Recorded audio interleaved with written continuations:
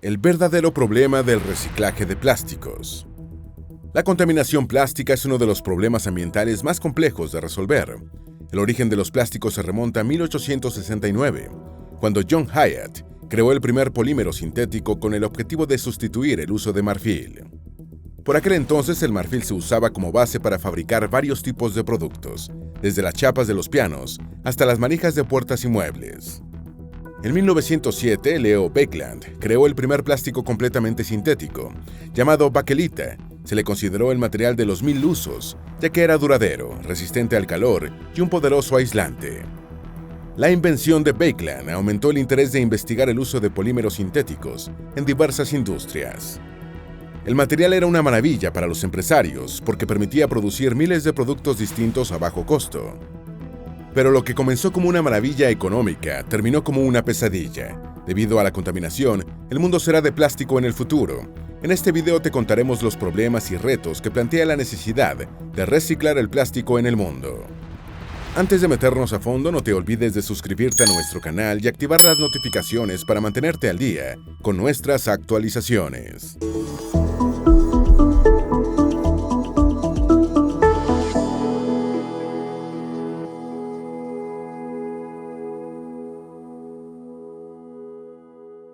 Los plásticos sintetizados fueron impulsados por la creciente escasez de recursos naturales. El plástico era un material más barato, con una materia prima abundante y fácil de fabricar. Su uso se extendió especialmente después de la invención del nylon, por parte de Wallace Cairns, en el año 1937. Este material fue muy utilizado en la Segunda Guerra Mundial para hacer cuerdas, revestimientos de cascos y otros insumos. Al finalizar la guerra, el uso del plástico se extendió a múltiples industrias. Casi todas las empresas de embotellado y productos de consumo masivo reemplazaron el vidrio como poliuretano de alta densidad. Pero a pesar de la satisfacción que generaba el plástico en clientes y empresas, la pesadilla por su uso masivo comenzó a notarse en poco tiempo. Durante la década de 1960 se observó contaminación de los océanos. Los peligros de los químicos usados para fabricar plásticos se hicieron evidentes también durante esos años. Sin embargo, la eficiencia del plástico causó que la industria ignorara las preocupaciones de los ambientalistas. Esto no eliminó el problema, solo lo empeoró. El plástico no se descompone ni se degrada. No regresa a la Tierra a ningún estado biológico que la naturaleza pueda asimilar, por lo que una vez desechado contamina cualquier ecosistema. La producción del plástico transformó la era moderna, al punto de que eliminar el plástico implicaría cambiar casi todo lo que conocemos. Los plásticos revolucionaron campos como la medicina, desarrollando dispositivos capaces de salvar vidas. Algunos viajes espaciales son posibles gracias a este material. El uso de plásticos también permite que los vehículos tengan un menor peso, lo cual permite ahorrar en combustible. El gran problema son los desechos. Diariamente se consumen millones de productos plásticos de un solo uso y luego se dejan en el ambiente contaminando los ecosistemas por años. En 1950, la producción anual de plásticos fue de 2 millones de toneladas. Para 2015, aumentó a 381 millones de toneladas. De esa producción, apenas se recicla un 9%, 12% se quema y el restante 79% se acumula en vertederos o en el ambiente.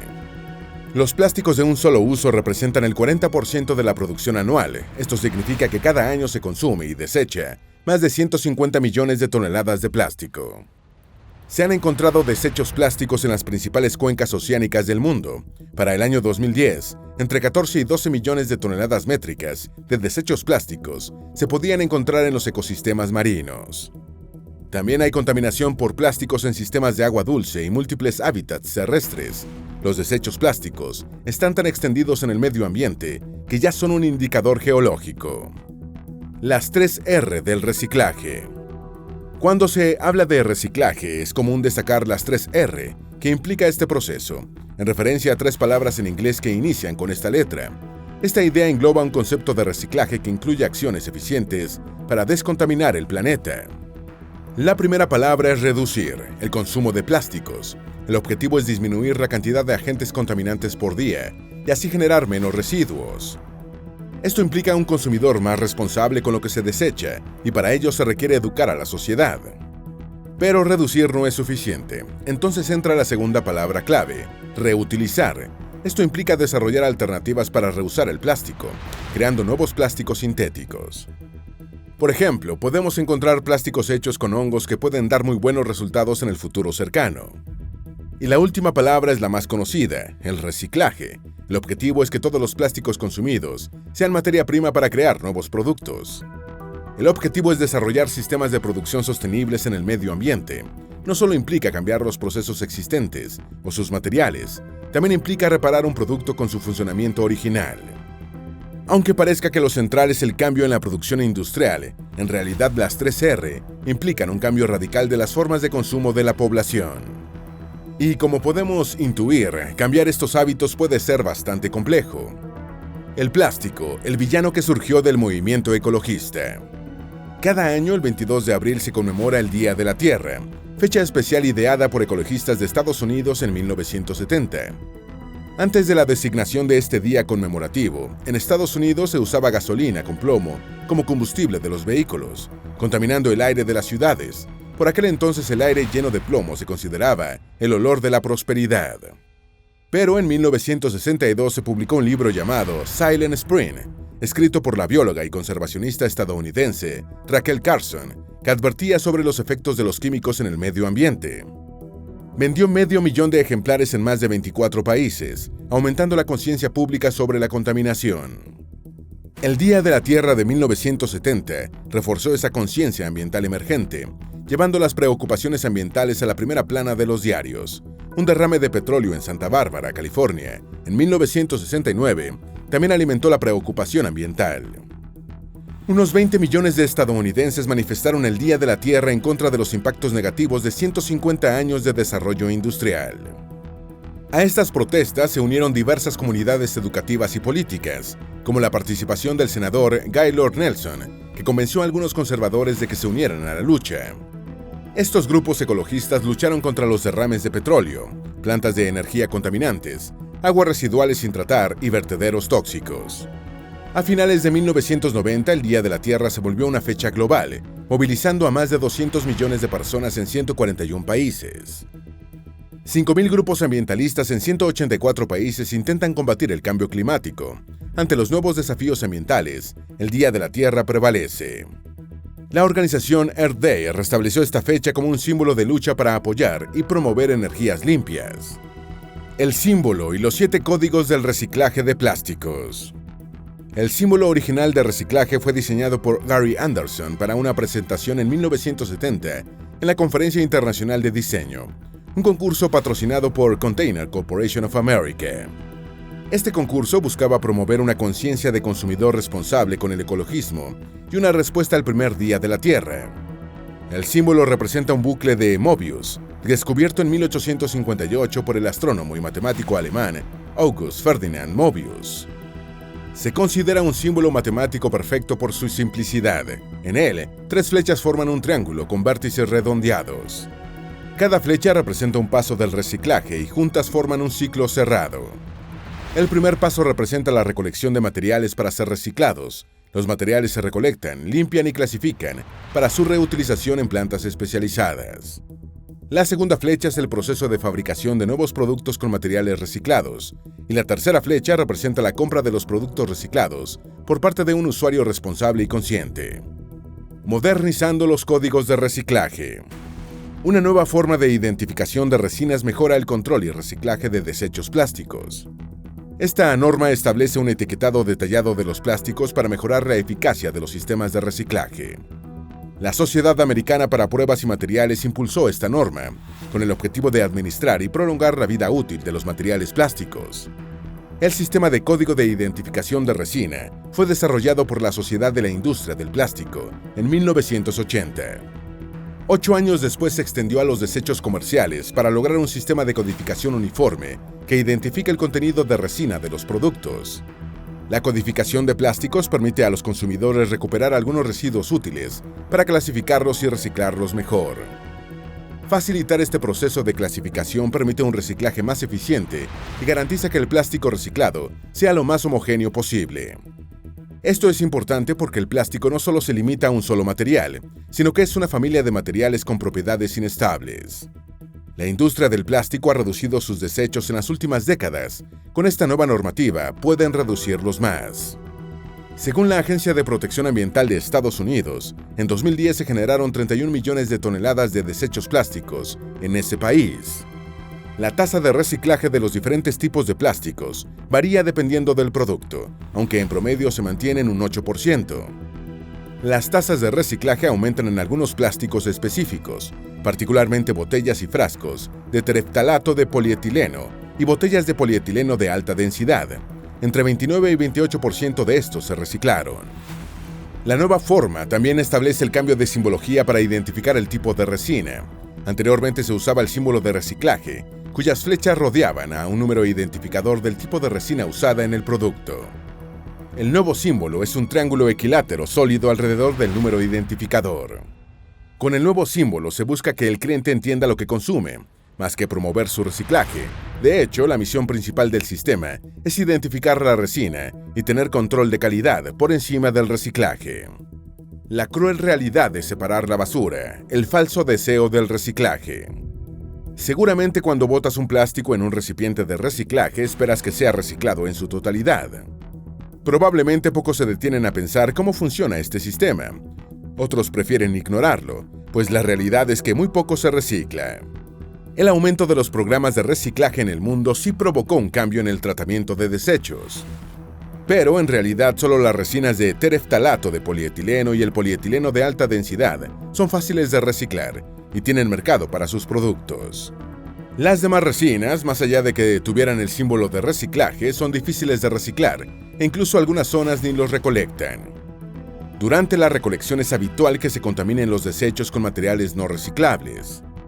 Esto provoca que los procesos de clasificación sean más costosos, ya que se requiere mano de obra adicional. Además, esta mezcla de materiales daña los sistemas y equipos de clasificación, desgastando un mercado comercial con altos costos en otros procesos. La crisis global de desechos no solo fue creada por consumidores que no lavaron un frasco de mayonesa o no separaron las bolsas de plástico de una forma eficiente. La verdad es que es un sistema que depende de un consumo creciente. Es casi imposible reciclar todo lo que se produce. Además, la falta de políticas de reciclaje estandarizadas y la devaluación de los recursos reduce la eficiencia del sistema de reciclaje. Cada vez se precisa de una mayor participación gubernamental para que las empresas desarrollen productos reutilizables. También es imprescindible la reducción de productos de un solo uso, así como enormes inversiones en infraestructura de reciclaje. La guerra de los plásticos para vender más plástico. La gran mayoría del plástico producido no se puede o no será reciclado nunca. En 40 años, en Estados Unidos apenas se ha reciclado el 10% de los desechos. En una investigación de National Public Radio y la serie Frontline, se reveló que los fabricantes de plástico gastaron millones de dólares en campañas para convencer al mundo de que el reciclaje era eficiente. Así mantenían sus ventas en alza. En este programa especial, 3 exfuncionarios de la industria plástica revelaron estos secretos. Registros que datan de 1970 demuestran que ya desde entonces se sabía que el reciclaje masivo de plástico no era económicamente viable. Un informe enviado a los principales ejecutivos de la industria en 1973 calificó el reciclaje de plástico como costoso y difícil. Pero esta industria promovió el reciclaje para evitar y controlar las prohibiciones de plástico. El reciclaje era una manera de combatir la creciente antipatía hacia el plástico en las décadas de 1980 y 1990. Nunca hubo una creencia entusiasta de que el reciclaje finalmente iba a funcionar de manera significativa, dijo Lew Freeman, ex vicepresidente de Asuntos Gubernamentales de la Sociedad de la Industria del Plástico. Larry Thomas, quien dirigió la Sociedad de la Industria del Plástico hasta el año 2000, explicó también: la sensación era que la industria del plástico estaba bajo fuego. Teníamos que hacer lo que fuera necesario para aliviar el peligro. Thomas agregó: si el público pensaba que el reciclaje estaba funcionando, entonces no se preocuparían tanto por el medio ambiente. La bomba china del plástico, la debacle del reciclaje. China fue por años el vertedero de desechos plásticos del mundo. Aceptaba todos los desechos del extranjero y lideró el reciclaje plástico en el mundo, con más de 8 millones de toneladas métricas recicladas. Pero cuando el gobierno chino decidió dejar de recibir plástico del extranjero, dejó a los municipios y empresas de desechos en ascuas. Esta prohibición establecida en el año 2018 fue llamada por el gobierno chino como la política de espada nacional, dando fin a la hegemonía del reciclaje. Esta medida fue consecuencia de la enorme cantidad de materiales sucios y contaminados que sobrepasaron la capacidad de las instalaciones de procesamiento chinas, generando serios problemas ambientales con desechos de otros países. Como consecuencia, ahora más plásticos terminan en vertederos, incineradores o arrojados al medio ambiente en todo el planeta. El transporte de materiales reciclables hace cada vez menos rentable el reciclaje. En Inglaterra, en 2018, se quemaron más de 500 toneladas de plásticos. La industria del reciclaje de Australia está en crisis, con 1 millón de toneladas que antes enviaban a China. Otro de los motivos del cambio de política en China fue la deficiente clasificación de los programas de reciclaje en el extranjero. Antes se exigía a los consumidores que separaran el papel de los plásticos, las latas de las botellas, pero cambiaron la normativa y todo material se recolectaba en un solo contenedor. Como resultado, los desechos que llegaban a las plantas chinas estaban tan contaminados que se debían botar. Además, los envases de plástico de la actualidad son más difíciles de reciclar, con colores, aditivos y composiciones mixtas multicapa. Por este motivo, China exige un estándar de pureza del 99.5%, cifra que la mayoría de los exportadores no puede cumplir. Una investigación de Comtrade de la ONU arrojó que en el año 2016, China importó más de 7 millones de toneladas de plástico. Esta cifra es casi la mitad de los desechos plásticos del mundo. Y si se anexan los residuos entregados a través de Hong Kong, que luego se transportan a la China continental, la cifra aumenta a 10 millones de toneladas, aumentando la proporción total de China a un 70%. Países como España destinaban a China más de 200.000 toneladas, México unas 400.000 toneladas. Prácticamente casi todos los países del mundo destinaban sus plásticos a China. El inicio de los productores con responsabilidad extendida. El cierre de China a la importación de desechos plásticos en 2018 provocó que diversos países retomaron prácticas contaminantes. Muchos países padecen la falta de infraestructura adecuada para eliminar el plástico. Por ejemplo, en la ciudad de Chester, en las afueras de Filadelfia, en Estados Unidos, temen un aumento de la contaminación por el uso excesivo de los incineradores para quemar plásticos. En estos incineradores se queman más de 200 toneladas de desechos. Y muchos no saben el cambio de política de China y cómo esto influye en el manejo de desechos. Las personas siguen tirando sus botellas de plástico y otros artículos en contenedores de reciclaje que ya no funcionan como antes. Pero la cuestión no se centra solo en el hábito del cliente, sino también en la promoción de un productor responsable. La responsabilidad extendida del productor es un concepto ideado en 1990 por Thomas Lindskivs, exministro de Ambiente de Suecia.